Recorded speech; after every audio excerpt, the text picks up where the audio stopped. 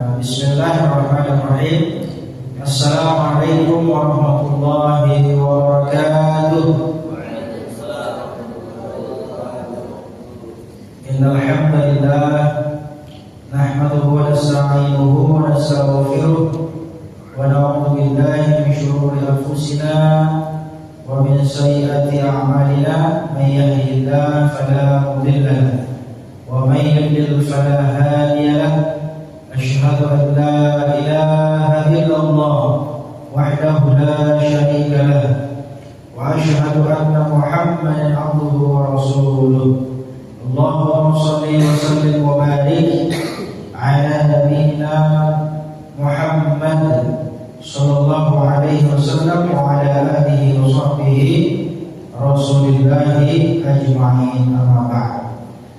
Baik, pada kesempatan hari ini dalam kegiatan praktikum perawatan jenazah atau pemulasaran jenazah ya, bagi mahasiswa khususnya kelas ibadah, kelas A dan kelas B ya, sepertinya ini masih banyak dari kelas A ya. Alhamdulillah, kita bersyukur pada pagi hari ini kita masih diberikan kesehatan dan kesempatan oleh Allah Subhanahu wa taala. Jadi pada hari ini perkuliahan kita ini kolaborasi dengan kajian atau pengajian ranting Muhammadiyah Cirende UMJ. Jadi kita kolaborasikan pengajiannya, jadi bentuknya itu adalah praktikum. Praktikum apa? Praktikum ibadah, dalam hal ini adalah praktek ya perawatan jenazah atau pemulasaran jenazah. Perawatan itu bukan dirawat kayak di salon, bukan ya, tapi praktek ngurus jenazah. Nah, saya ingin tanya nih ke teman-teman di sini, sudah ada pernah mencoba gitu ikut ngurusin jenazah? Sudah ada yang pernah? Sudah ada yang pernah ikut? Pernah lihat? Pernah lihat? Pernah jadi jenazah? Belum ya? Kalau sudah ya bisa ya. Nah, jadi ada beberapa tuntunan ya sesuai dengan tarjih ya, tarjih Muhammadiyah ya. Mungkin di buku mentoring AIK juga ada ya. Nah itu buku AIK itu kan tim penulisnya, maksudnya salah satunya saya juga. Jadi nanti kita akan coba ya prakteknya, teorinya bagaimana dan kemudian prakteknya. Nah, salah satu referensi dari buku mentoring AIK itu ada di materi saya ini. Itu adalah tuntunan perawatan jenazah sesuai dengan tarjih ya, tarjih Muhammadiyah. Nah, jadi kalau bahasanya adalah sesuai dengan tuntunan Rasulullah SAW. Karena tentunya dalam tarjih Muhammadiyah ini pastilah ya referensinya atau sumbernya, dasarnya berdasarkan kepada sumber hadis Rasulullah SAW. Makanya perlu sekali ini tuntunan perawatan jenazah ini atau pemulasaran jenazah. Walaupun pada hakikatnya gitu ya, nanti pada hari Senin kalau masalah kita juga ada praktikum secara besar-besaran nanti di Fakultas Ekonomi Bisnis. Baik teman-teman semuanya dari mahasiswa ya, bahwa praktikum jenazah ini bagian dari salah satu outcome-nya, output ya. Luaran itu apa? Output ya. Output dari mata kuliah Al-Islam dan Kemuhammadiyah, khususnya adalah mata kuliah ibadah. Makanya setiap mata kuliah ibadah nanti kita harus ada prakteknya. Walaupun sebenarnya prakteknya itu banyak. Pertama itu ada BBB. Teman-teman sudah ikut mentoring AIK BBB-nya ya. Nah, harusnya sudah ikut ya, karena semester 1 dan 2 itu mahasiswa Universitas Muhammad Jakarta kita wajib mengikuti mentoring. Salah satunya adalah bina baca Al-Quran. Yang kedua apa? Praktek sholat. Nah, tentunya dimulai dari wudu dan sholat, bersuci dan melaksanakan ibadah sholatnya, prakteknya, dan kemudian juga bagaimana tata cara ya bacaan-bacaannya itu juga ada outputnya dari mata kuliah itu. Yang ketiga salah satunya adalah adanya praktikum ya pemulasaran jenazah atau mengurus jenazah. Karena kita tahu bahwa setiap manusia itu pasti akan mati. Nah, oleh karena itu dengan waktu yang sesingkat-singkatnya kita akan coba menjelaskan secara umum ya, baik itu kewajiban bagi orang yang sedang sakit dan kemudian kewajiban bagi kita orang yang hidup. Ya, apa yang menjadi kewajiban kita terhadap orang yang sudah meninggal. Dan kemudian bagaimana kita persiapan memandikan jenazah, memandikan ya, kemudian apalagi mengkafani dan apalagi menyolati dan mengkuburkan ya, menguburkan jenazah.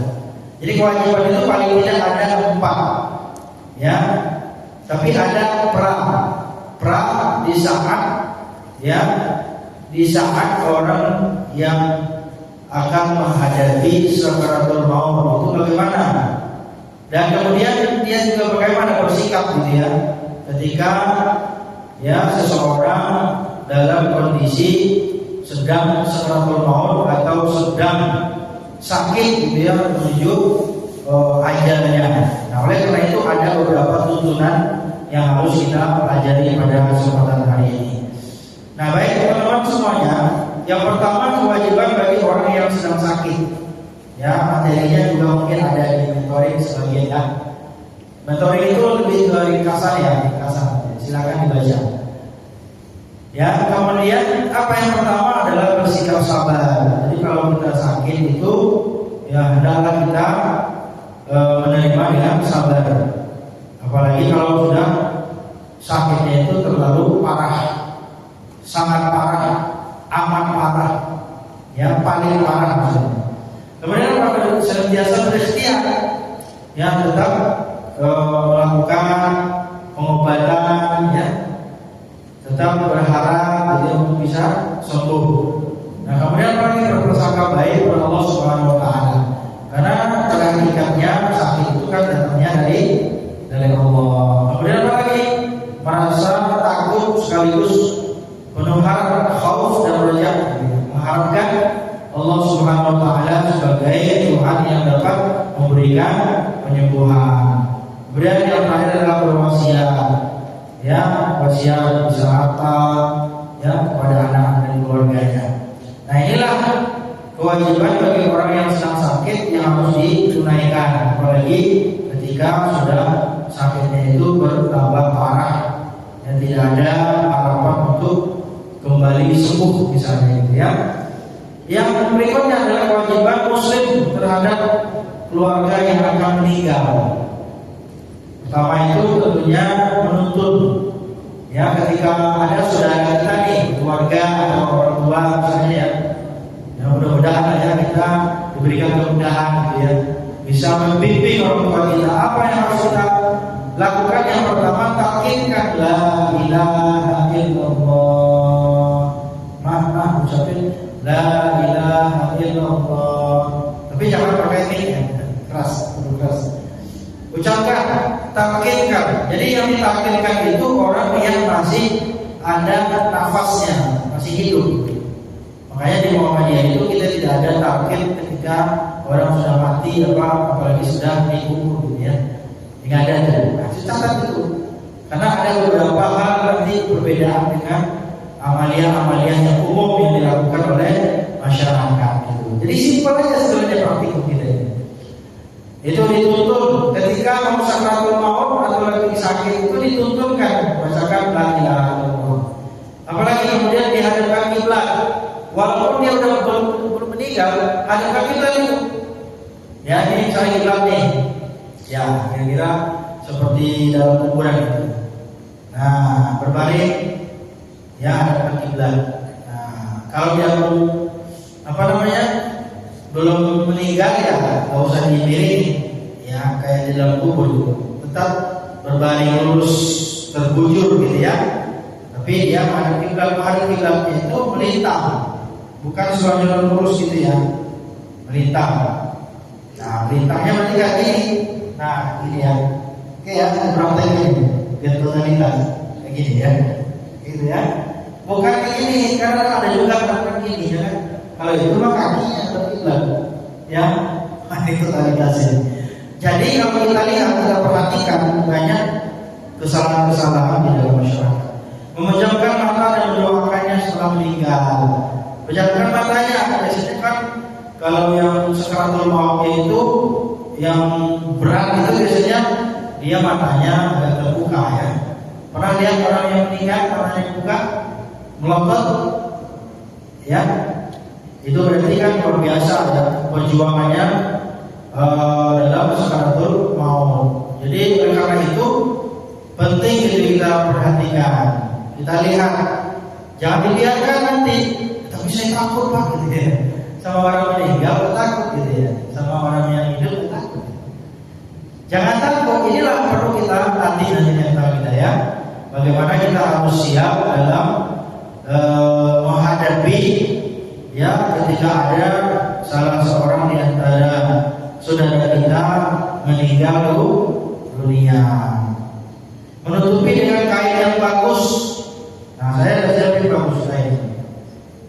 Ini sebenarnya baju koko saya ini saya bawa. Cuma kan kapannya belum sempat kebeli ya karena mepet waktunya ya.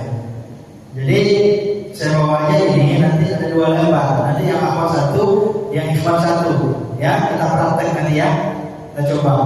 Kan minimal 1 helai kan kapan kan? Ya. Mudah-mudahan ada yang cocok ukurannya ini. Soalnya pendek ini ya. Ya, mudah-mudahan cocok ukurannya. Sarung juga saya bawa. Cuma sarungnya 1 lupa saya. Harusnya bawa 2 tadi. Jadi nanti untuk memandikan ya itu sarung. Sebenarnya butuh banyak ya sebenarnya ya. Karena ada nanti beberapa kain-kain yang lain ya ketika memandikan, berganti pakaian, ada handuknya. Cuma handuknya saya lupa ya. Ya kalau bawa ada 2 nanti terlalu berat ya. Nah nanti kita ilustrasikan saja bagaimana tata cara kita untuk menutupi jenazah. Jadi jenazah itu ditutup mukanya ya. Kemudian menyegerakan perawatannya atau pemulasarannya. Jangan sampai ada mayat yang sampai bermalam.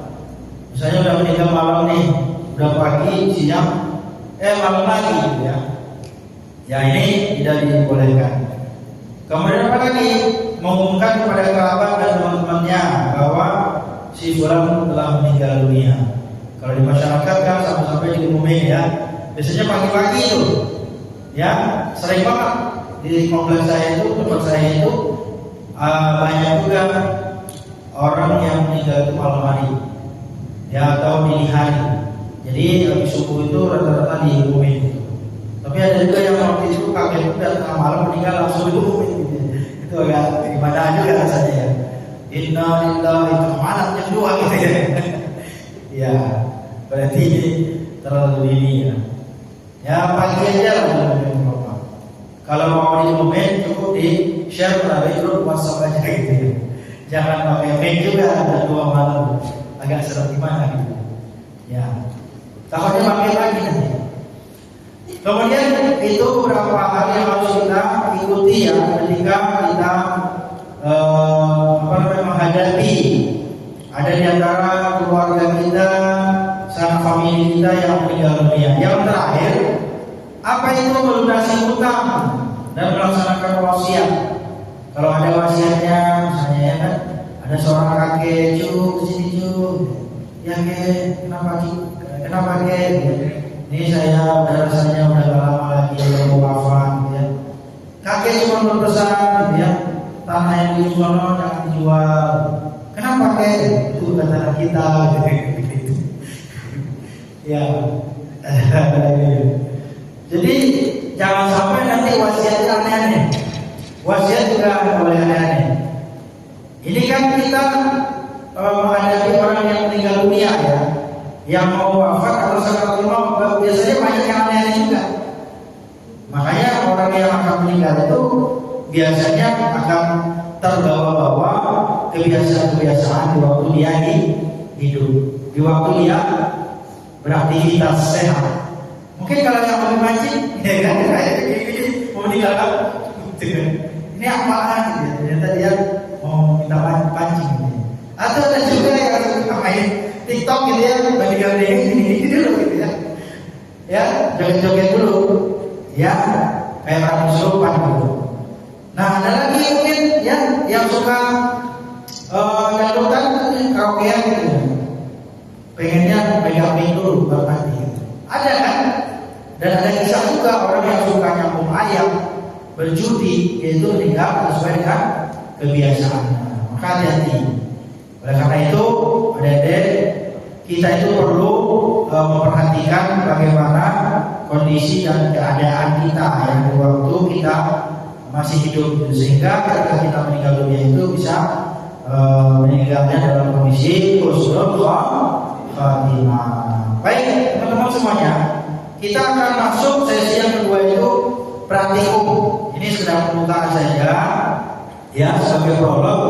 Bagaimana kita harus memposisikan diri, ya, baik ketika seseorang itu yang sedang sakit maupun yang akan meninggal dunia, atau kita yang hidup, bagaimana kita memberikan pendampingan kepada orang-orang yang akan menghadapi yang namanya sakaratul maut.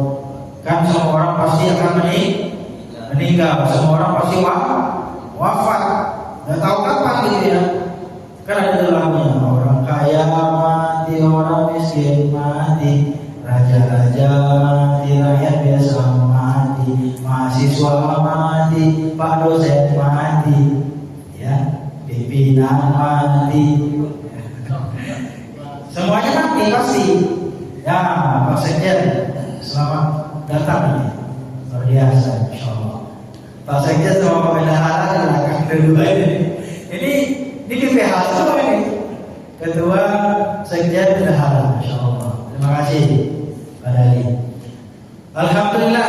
Jadi ini bagaimana kita caranya ketika menghadapi orang meninggal dunia? Yang pertama, teman-teman, saya sampaikan dulu ya historical secara umum gitu ya, terkait dengan tutorial.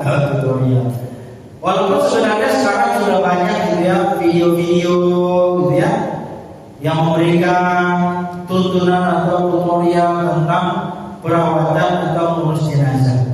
Sekarang kan bukan hanya tutorial cara memakai fasina, bukan hanya itu aja, atau cara make up artis gitu ya, bukan hanya itu aja. Sekarang cara orang memandikan jenazah, menyolatinya, cara orang menguburkannya, sekarang sudah ada tutorial semua, ya kan? Nah tentunya bukan dengan main asli gitu ya. Nah, jadi itu bedanya.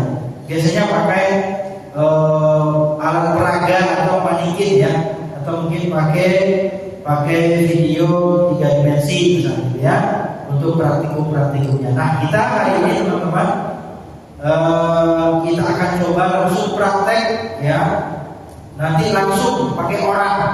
Nah ada kainnya tapi bukan kain kafannya, kain bahan, dan ini adalah bagian dari salah satu output ya dari mata kuliah kita ini. Mudah-mudahan nanti ketika kita sudah selesai mata kuliah ini, kita menjadi ya seseorang yang memiliki kemampuan. Salah satunya adalah kita punya kemampuan dalam mengurus jenazah. Insyaallah ya teman-teman ya. Jadi yang hadir ini insyaallah hari ini yang mudah-mudahan nanti nilainya semuanya A ya insyaallah. Nah diragukan lagi kalau dilihat. Ya, jadi saya akan kasih apresiasi buat teman-teman. Kalau yang lain berarti ya dia kurang satu kehadiran yang benar. Ya. Baik, kita lanjutkan. Jadi pertama itu memandikan. Sebelum memandikan apa yang harus kita persiapkan? Air. Benar ya, air. Yang kedua, aduh, benar juga. Yang lagi apa? Senter. Apa? Senter. Malam hari dia juga kan ya. Air, ada handuk, bak mandi. Ada, iya benar. Ada di belakang mau praktek langsung itu pakai itu. Seru ya. Saya itu bekas dipakai orang itu. Ya. Tapi dulu saya ketika ngajarin mahasiswa itu ada prakteknya langsung sekaligus itu praktek mengumpulkan, ada ukurannya asli. Tapi yang dikumpulkan ada orang ya, maksudnya manikin di company langsung dipraktekin tuh cara menggotongnya bagaimana, menurunkannya, menghadapkannya bagaimana gitu ya. Nah, jadi jangan sampai nanti kita salah atau bingung gimana caranya gitu. Masa dilempar doang, dilempar kayak lempar sampah gitu ya. Nah ini baik. Jadi menarik ini. Pertama adalah kita tentu menyiapkan ya, ada airnya, handuknya, kemudian apa lagi? Sabunnya ya, wangiannya, atau kayu sihir, atau kanver gitu ya, kanver, kapur halus. Kemudian apa lagi? Ya, siapkan tempatnya, siapkan hijabnya, jangan sampai nanti, ya kan? Ada orang sedang memandikan jenazah tapi sekelilingnya live TikTok. FYP. Baru sampai nonton ada di Facebook dan YouTube itu ada seorang cewek yang nangisnya berubah-ubah tapi lagi meninggal kan. Tapi dia rekam gitu. Dia lagi gitu kan. Rekam. Ini lebay banget gitu. Sesedih-sedih apapun orang kalau melihat kayak gini kan garis aja. Jadi ini perlu nanti diatur gitu. Ini etikanya adatnya ada. Udah jelas keluarganya meninggal tapi dia malah lain. Ya kan, guys, yang adalah bapakku yang meninggal yang, ya kan, aku sedih banget gitu. Ya, aku sedih. Nah, ini banyak sekali. Ini yang namanya etika atau adab, apalagi ketika memandikan jenazah. Jangan sampai nanti jenazah itu ya jadi bahan tontonan atau jadi bahan konten. Ya, kemarin juga ada ibu-ibu itu konten kuburannya di tenda-tenda. Ada itu ingat? Ada nonton itu. Ya, jadi bahaya juga itu. Jadi teman-teman semuanya bahwa memandikan jenazah itu sebenarnya simpel saja, nggak perlu terlalu banyak ini dan itunya, ya. Dan juga tidak ada bacaan-bacaan khusus, ya. Cukup baca Bismillah saja, Bismillahirrahmanirrahim, Bismillahirrahmanirrahim. Guyur. Memandikan jenazah itu mirip kayak mandi wajib sebenarnya, ya kan? Yang sudah dewasa, yang sudah balik pasti sudah bisa mandi wajib. Cuma karena jenazah mungkin lagi mandi sendiri, maka kita yang memandikan. Makanya kita yang hidup ini perlu belajar cara memandikan jenazah. Ya baiklah, kita langsung saja. Jadi yang pertama itu kita persiapkan ada airnya yang suci, sertakan wangi-wangian, handuk dan lain sebagainya. Di buku metode ini bisa dibaca sendiri. Ya, ruangannya tertutup, jangan terbuka, jangan sampai menjadi tontonan ya masyarakat sekitar, apalagi sampai live dan sampai ditonton ya oleh orang banyak. Kemudian pemandikannya itu ditambahkan keluarganya, ya kan? Kalau suami meninggal, istrinya, anak-anaknya, ini kadang-kadang susah gitu ya. Makanya inilah kita ini kan sekarang ingin menjadi orang yang berbakti. Ya kan, ketika orang tua kita meninggal atau saudara kita yang memandikannya. Berani ya? Berani ya? Setelah belajar ayat ini harus berani. Kenapa? Karena kalau kita yang memandikannya siapa lagi? Ya kan? Nah, jadi siapa yang memandikan? Saudaranya, kakak atau adik, boleh suami atau istri, mantan tidak boleh. Mantan suruh pergi aja, ya kan? Nah, jadi oleh karena itu penting sekali kita perhatikan. Apalagi kemudian siapa? Siapa lagi yang tadi seperti yang saya katakan, kalau laki-laki yang menikah maka diutamakan yang memandikan laki-laki juga, ya. Kalau perempuan yang menikah diutamakan yang memandikan perempuan juga, gitu ya. Nah, tentunya auratnya berbeda. Nanti kita akan praktekin. Jadi kita lebih banyak praktek nih hari ini.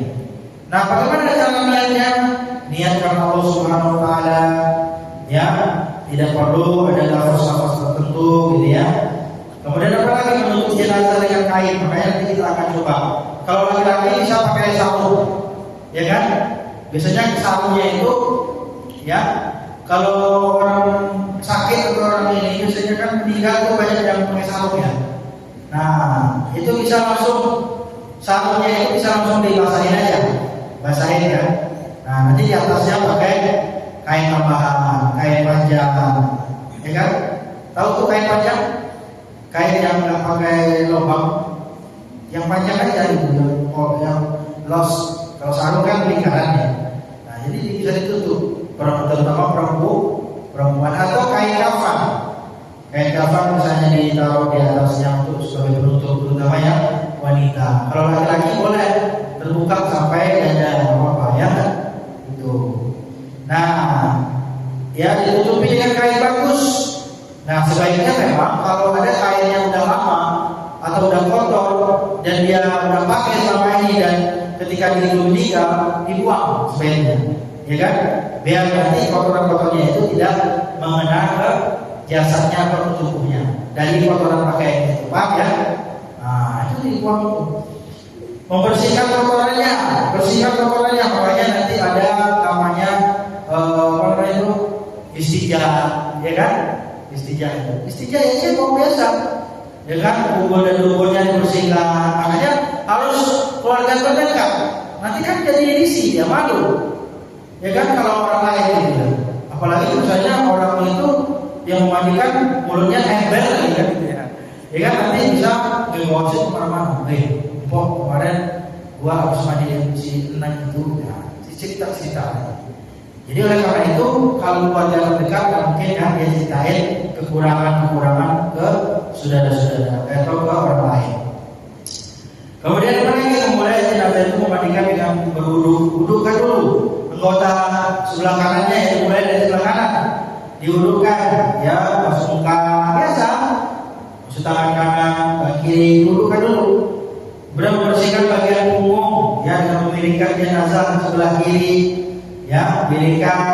Kan jenazah terbalik seperti ini. Punggung sebelah kanan kan, balikkan sebelah kiri. Punggung sebelah kiri, balikkan sebelah kanan. Apa pernikahannya nanti kita praktekin. Memandikan dengan bilangan ganjil, gitu ya. Kemudian jenazah wanita yang berambut panjang dapat melepaskan gulungannya dilepaskan.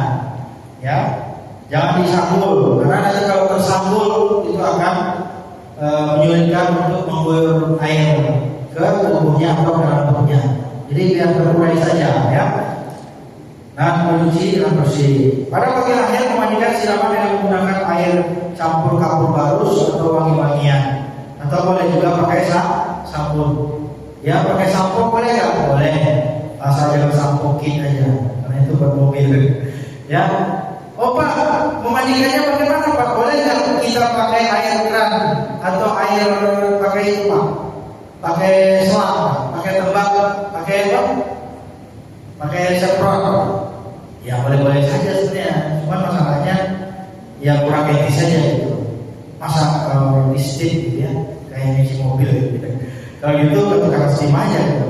Pak, pakai mobil ya Pak gitu ya. Sekalian kolok gitu ya. Kayak mobilnya. Jadi oleh karena itu diperhatikan. Boleh nggak? Boleh dari air keran, tapi ditanda dulu pakai ember besar. Paham ya? Ini ember besar nih, pakai kayu. Nah, dimasukin situ dulu. Jangan langsung disemprot-semprot itu. Ya walaupun sebenarnya boleh-boleh saja. Apalagi kan kalau pemandiannya ada tempat pemandian seperti yang kita punya, itu kan langsung diguyur. Tapi jangan disemprot pakai air itu ya. biasa aja, yang ngalir biasa, sadar gitu ya, seperti pada umumnya. Nah, meringankan dengan hantu ya, kemudian menjalin 3 bintal upah 3 bagi perempuan ini lagi rambutnya dirapikan lagi, merahasiakan air bagi tubuhnya. Makanya itu tadi tidak boleh mengumbar-umbar air dari si mayit atau orang meninggal dunia. Menutup jenazah dengan kain lalu dibagikan di tempat yang disiapkan untuk dikafani. Makanya perlu dicatat teman-teman, ketika ada sekelompok atau satu set orang untuk memandikan jenazah, satu set untuk menyiapkan kafan. Paham ya? Sebenarnya kalau kain kafannya asli kafan itu kita bisa sobek-sobek, kita pakai dengan kafan, kemudian kita coba untuk buat kafan beneran gitu ya, yang persis kayak yang digunakan ketika mengkafani jenazah. Cuma hari ini nggak bisa disobek, makanya baju ini mau saya cari bisa jadi mencoba gitu ya. Ini bahan ada. Nah, itu yang pertama, memandikan, mengkafani. Minimalnya itu yang kita siapkan kain kafan. Kain kafannya apa? Berwarna putih, ya. Kain kafannya untuk laki-laki 3 lembar dan perempuan 5 lembar. Minimal ganjil lah. Contoh-contohnya kalau kain kafannya yang bagus sedikit, 1 aja juga udah boleh. Cuma kan terlalu transparan juga, apalagi kan kalau kain kafan yang standar atau yang murah, ya, itu sangat kurang bagus. Oke, 5 lembar kalau perempuan. Jadi ada kain basahannya, ada kain baju kerudung. Ya sebenarnya ini nggak terlalu seperti itu juga ya. Ya 3 lembar begitu aja sudah boleh. Tapi bukan kain kafan bekas pocong keliling ya. Pocong Jakarta. Pocong apa? Pocong yang liar. Begal pocong begal ya. Kain kafan penutup sebanyak 2 lembar. Menyiapkan tali pengikat secukupnya. Nanti kita tali pengikatnya. Cuma saya bisa sobek ini, jadi saya hanya bawa apa ini? Bawa tali rapi aja ilustrasi. Gak apa ya? Kita praktekin nanti. Kemudian apa lagi? Jenazah laki-laki ditutup dengan 3 lembar dengan kain yang rapi. Wanita tadi sudah dijelaskan ya. Kemudian juga bagaimana diikat, ya kasih wangi-wangian. Ya, apalagi misalnya ada jenazah yang memang sudah lama sakit-sakitan, ya. Ada juga yang mungkin jasadnya bau, gitu ya, mohon maaf gitu ya, yang namanya habis penyakitan gitu ya. Nah, perlu bagaimana? Dan tidak boleh berlebihan pakai kafan jenazah, mentang-mentang dia itu orang pejabat, orang kaya, pakai sutra misalnya, ya kan? Nah, pakai bahan yang bagus misalnya ya. Dibawa ekspor diimpor lagi, diimpor dari Arab misalnya. Tata cara menyesuaikannya nanti kita akan coba praktekin ya. Intinya yang diutamakan 3 saf berbaris, kemudian kepala jenazah, posisi imam itu di kepala jenazah, kalau laki-laki kalau perempuan di lambung.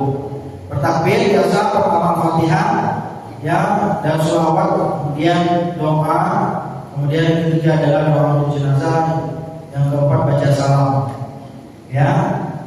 Nah, menguburkan itu seperti biasa, ya, menguburkan secara singkatnya bahwa tidak ada azan dan iqamah, ya, dan tidak pula ditalqinkan di sana. Karena mentalqinkannya tadi ketika mau meninggal dunia di Sukaratul Maut itu.